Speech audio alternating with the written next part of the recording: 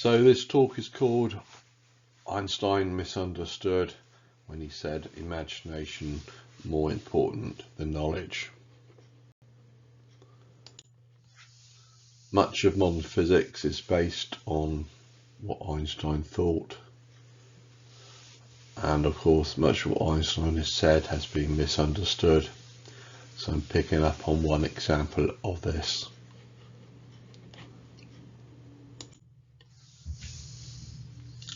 So this is a quote, what Einstein said.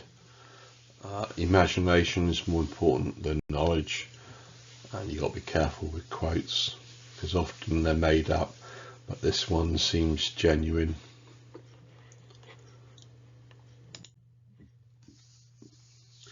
And what that seems to mean is ignore the facts and go with whatever you imagine and want to believe. But if that is what you think Einstein is saying, then the next article is going to argue you have misunderstood what Einstein was saying. So this is the article. Einstein's most famous quote is totally misunderstood.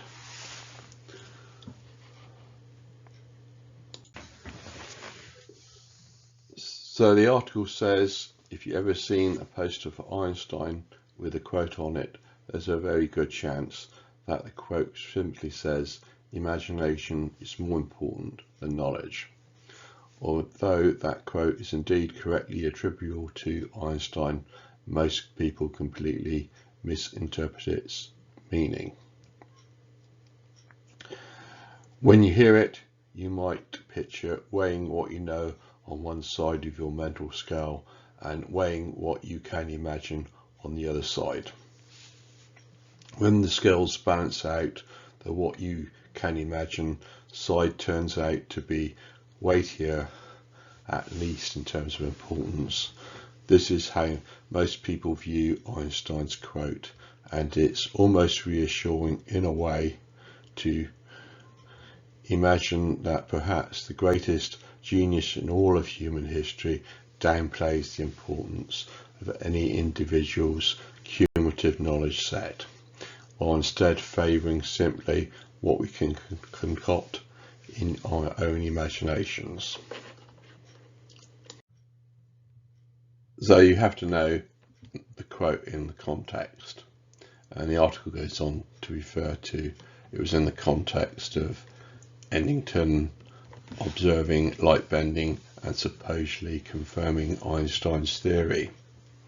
The article says, although Einstein would go on to write many more influential papers, the discovery of general relativity would always loom as his most colossal scientific achievement. In 1929, while being interviewed for the Saturday Evening Post by George, the following exchange occurred. Einstein says, I believe in intuitions and inspirations. I sometimes feel that I am right. I do not know that I am. When two expeditions of scientists financed by the Royal Academy went forth to test my theory of relativity, I was convinced that their conclusions would tally with my hypothesis. I was not surprised when the eclipse of May 29, 1919 confirmed my intuitions. I would have been surprised if I had been wrong. And getting on to the next bit of the interview, it continues. The interviewer says, then you trust more to your imagination than to your knowledge, ? Einstein replies, I am enough of the artist to draw freely upon my imagination.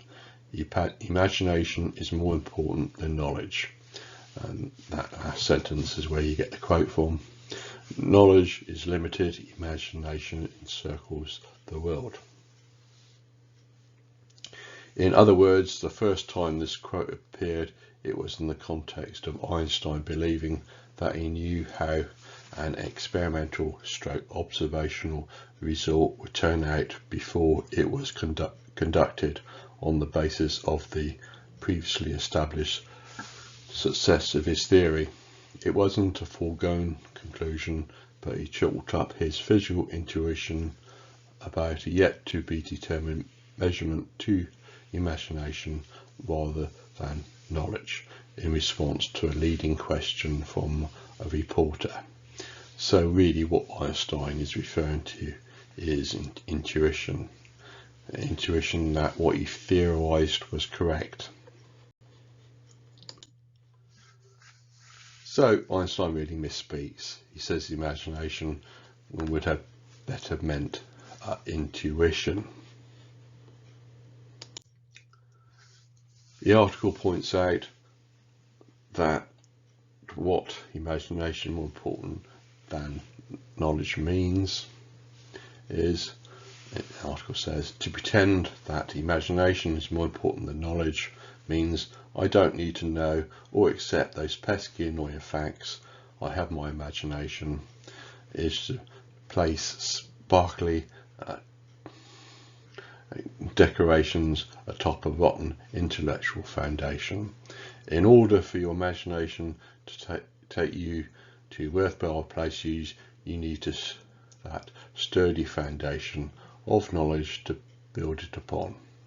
Otherwise, your intellectual flights of fantasy might lead you to fantastical places, but any relationship to the real world that we actually inhabit will purely be coincidental in nature.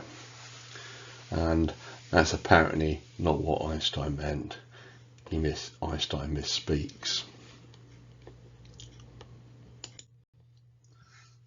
So we're going by this article in The Guardian, Einstein's General Theory of Writing by Lady Alice.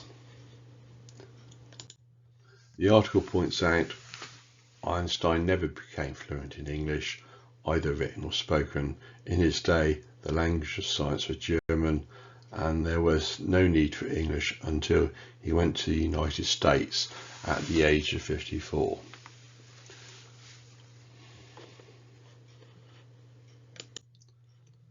It also points out translators have difficulty reproducing the sentences faithfully because they inevitably need to move the words around, causing them to lose their rhythm. Moreover, some of Einstein's words have been so miserably mistranslated that one can't recognize the original. Different versions can also lead to confusion about what he actually said. So what we have is this person, Einstein, he's not fluent in English, so he's having problems with being understood in English, and it's difficult to understand what he means. This should not be made the basis for modern physics, somebody who can be so easily misunderstood. He will say one thing and people will start saying it's supposed to mean something different. So thank you, that's the end of this article, pointing out how easily Einstein messes things up because he doesn't understand English. The end.